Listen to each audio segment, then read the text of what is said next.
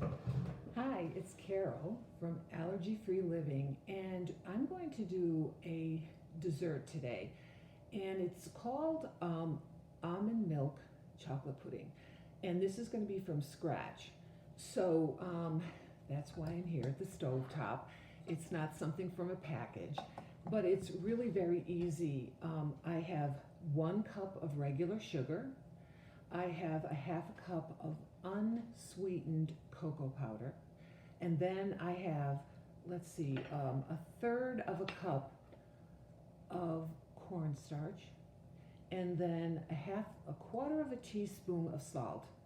And what you're going to do is you're going to mix all that. I've already put it into my saucepan, and you're going to mix it with a whisk.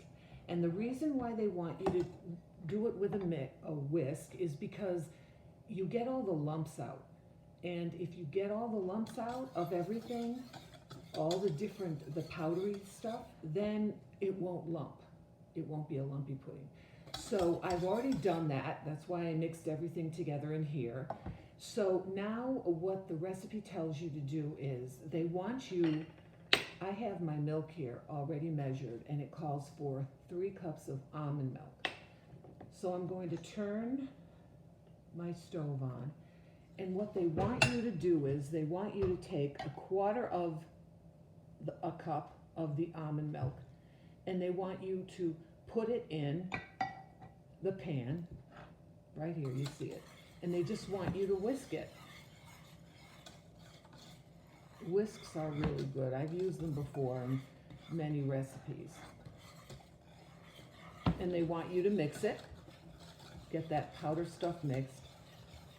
I know typically in a box one you just throw the milk in, but when you taste this, there's nothing like real homemade pudding. So then I'm going to put another quarter of a cup in. With the whisk, I'm going to be just stirring it around. You see that? You know, just get the whisk all the way around here. And I think the reason why they're having you do a quarter of a cup is that it takes a little less time to heat up milk when you're using a quarter of a cup than if you were to throw the whole 3 cups in. And I will give you a little hint. I warmed up the almond milk a little instead of having, almond milk from the refrigerator.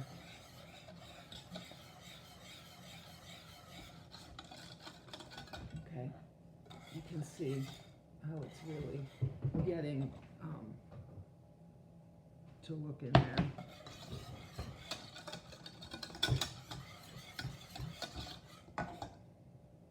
And you really have to continually stir on this.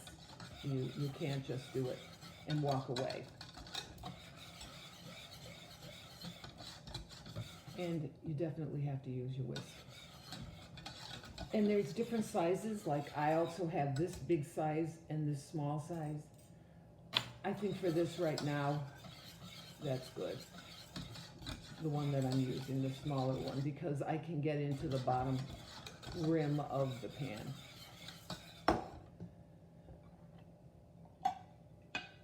Okay.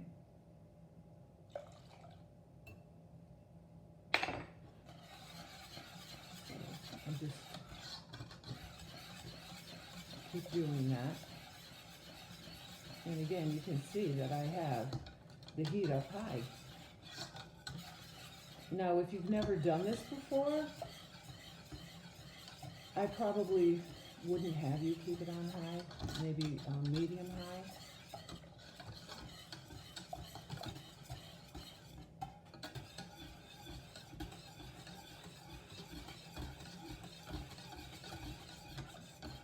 Okay, and now that I have about 1.5 cups left of the 3 cups, and I'm just going to start slowly pouring this in.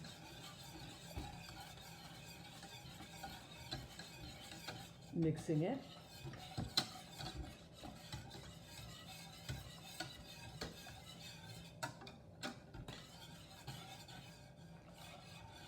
Now, I did do some research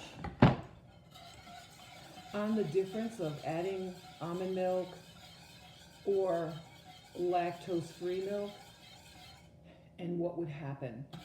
Could you do it like the flour I used? 1 cup of flour to a regular cup of wheat flour.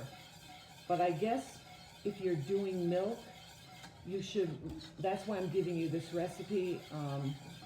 If you just take your almond milk and use a package of instant milk, the instant pudding, excuse me, I guess it won't be as thick. That's what it said on Google. So that's why I'm giving you this. I mean, you know, if you want to try it and see, I would probably use less milk then. If it calls for, if the package of instant pudding calls for 2 cups, and you want to use almond milk, from the recipes that I've seen, they tell you to use, I think it's 1.25 cups. So I've just put it all in. So if you want to try 1.25 cups and see how it goes. If you have to add a little bit more as you're mixing it, then do that. See, that's how I've done everything. That's how I've gotten to this point where I can show you these, because I do it first and I see how it turns out, and that's really the only way that you can figure out whether it's going to work or not, and that's to do it. So that's why I'm trying to do all this for you, and then you can just watch these videos and you'll be all set. That's why I also try to have videos where I make a meal. Now I'm using a regular spoon. I make a meal, and if there's leftovers, I try to make another meal with those leftovers. Now, some people don't like leftovers, but for the people that do, it works out. So I'm going to show you. It's still got some time to thicken up here. Let's see. Yeah.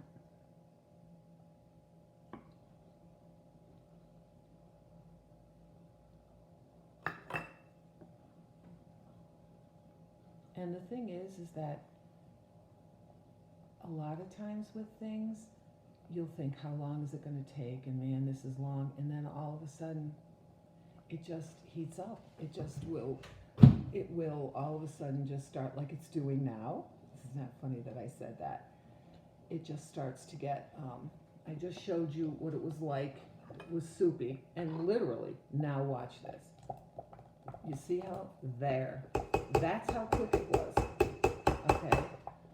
You can hear it bubbling. Now, you're just going to stir it just a little bit longer. And then I'm going to turn the heat off. And the recipe also called for a teaspoon of butter. Okay? And I put the butter right in there, and I'm going to mix it, let's see, till it's starting to bubble. So I don't want it to bubble on me. So I'm just stirring it until the butter disappeared. And then I put in a teaspoon of vanilla. And now I'm going to get a bowl.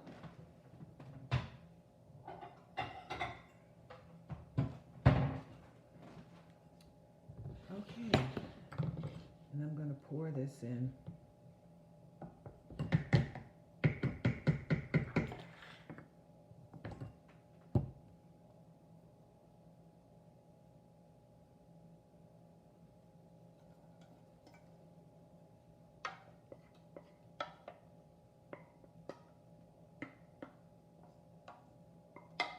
Okay. There we go. Now, there is the pudding. All right, now you're going to have to let it sit and let it set for probably maybe 10 minutes or so, and you'll see that it's getting hard. And I wouldn't put it in the refrigerator right away, because if you did, the condensation will, or don't put plastic on top of it, or a plate or anything. Just leave it like this and let it cool off. And that could take probably a half an hour. If you like hot pudding, that's great. Now, one of the things that I do with this pudding is I have like a lot of the gluten-free cookies, and I'll use some of those and just dip them right into the pudding when the pudding is warmer, or your whipped cream. So there you go, and I hope you enjoy it. And again, remember that if anybody has any questions, put them in the comments, and I'll come back and answer them. If you have a recipe that you want me to help you tweak and turn into gluten-free or soy or lactose or all the above, I will help you with that. So just keep in touch, and together we'll do it. Okay, until next time.